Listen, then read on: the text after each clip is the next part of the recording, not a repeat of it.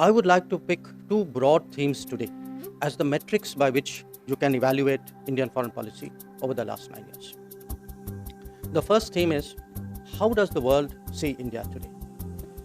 And the second is really, how has foreign policy affected the lives of the common citizen?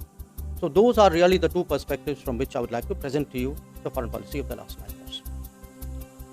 Now, in terms of how the world sees India today, I think you can't get a better set of people than those sitting on the podium to give you that view, because we travel out, we engage people on behalf of India, we talk to the leaderships in different places, since we travel around, we mix with many sections of society. So what, in a sense, I present to you is a accumulation of our collective experiences. And if I were to pick them, probably the one which I would start off with is how much today the world, especially the global south, perceives India as a development partner, as a credible, effective development partner with delivery on the ground. And I'm just reminded of my last visit. I came back yesterday morning from Namibia, and I inaugurated formally a center of excellence in IT, which has been functioning there for about a year and a half. And the impact on the Technology University of Namibia by our giving a Param supercomputer, having trainers out there, working with them, developing cyber security skills, developing entrepreneurial skills, promoting research. I cannot describe to you the excitement in the university. Or I look at the trip before that, a very different place and a very different subject. I was in Guyana, and it so happened at that time we were delivering for the first time ever a ferry. A first time ever a ferry that far away, to the continent, to the southern, to the western hemisphere, that too in the south. And the ferry had a transformational message for the Guyanese, because it made suddenly the islands and even the coastline far more accessible. So actually you had the entire Guyanese cabinet, the previous president, everybody really turn out, because for them it was such a big event. A little bit before that, I was in Mozambique. I was urged to take a ride on a train which we had supplied. It wasn't just a train. We actually made possible the beginnings of a suburban rail system in Maputo, which would decongest that city, because the kind of trains and the price points and the quality that we did, that actually had a really a very big impact on the planet. I could give you many more examples. In Kenya, there's a textile factory which was closed down, which we helped to revive. Every Kenyan, if you use the word Rivatex, every Kenyan knows this textile factory. Or indeed, go to Mauritius. They are enormously proud of this Metro Express, which was built by an Indian company based on development support. And it isn't just my experience. I mean, my colleagues would vouch for something similar happening with that. Dr. Ranjan was telling me about a cardamom seed center, which he had seen in Laos. Or Murli Dharanji was talking about entrepreneurship development centers, which he saw in Djibouti and I think in Rwanda. Am I correct? So wherever you go today, and I want you to understand today how big our development footprint is. It is today extending across 78 nations, and we have done more than 600 major projects. But most of all, the impact is actually in our own neighborhood. So if you look, we've just had the visit of Nepal's Prime Minister, again, there was a stock taking of, and frankly, satisfaction at a lot of what has been achieved, a lot of new projects which are coming on stream. But if you look at the neighborhood at South Asia, in the last 9 years, whether it is power transmission, power generation, whether it is diesel supply, fuel supply, whether it is bridges, roads, railways, ICPs, actually the region is changing, very in the case of Maldives. So the first point I want to make to you is, a large part of the world today sees us as a development partner, not just as a development partner who lives up to what Prime Minister enunciated as the Kampala principles, which is, we do with our partners what is their priority. So it is, one part of it is the credibility, one part of it is also what is it we are doing. It is something which is important for them. They have determined what it is, or we have mutually determined what it is. And that, I think, today has very significantly enhanced our strategy. The second image of India today is of an economic collaborator.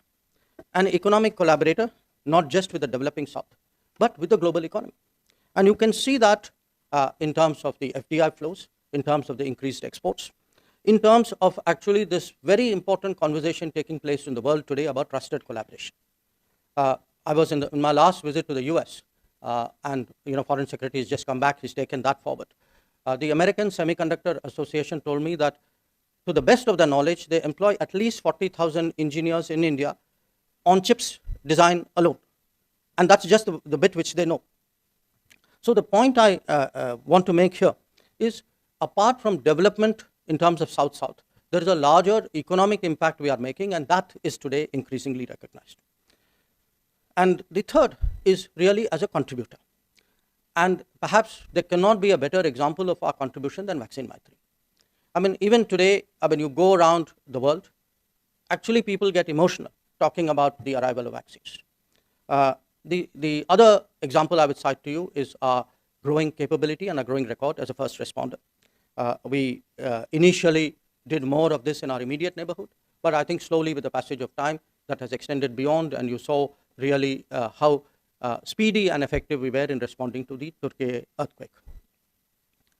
Now, apart from these, I could cite to you the examples of the International Solar Alliance or the Coalition for Disaster Resilient Infrastructure as examples where we have contributed. But we can also contribute in terms of economic stabilization. And you all saw what happened to Sri Lanka last year and this year. That at a time when much of the world sat on its hands, we actually stepped forward at a very, very crucial time to stabilize the Sri Lankan economy. And today, if it is on the mend, I think a large part of it is due to the fact that we responded in a timely manner. Now, beyond that, I've spoken about the development economic side, the contributions we make. We also bring value. And because we bring value, there is a lot of interest today in partnering with India or getting India to join an organization. So if you look at the last 9 years, you've had the Quad, you've had the I2U2, you had the Shanghai, our membership of the Shanghai Cooperation Organization. You've had bilaterally a lot of migration mobility agreements. You had the FIPEC platform. You had the Nordics format. You had our entry into export control regimes, because clearly our presence there has a additional value to their effectiveness. If I were to pick another facet, I would say we are also today narrative shapers. And perhaps the most effective example of that is the rush, I would say almost the pressure that we have each time Raisina dialogue is held. That today the people want to listen to India, they want to be seen with India, they do feel that working with us expands and sharpens their own influence as well. But it's not just a conference, it's also an important subject. You can see it on climate change. You could see it when PM went to Glasgow or to Paris.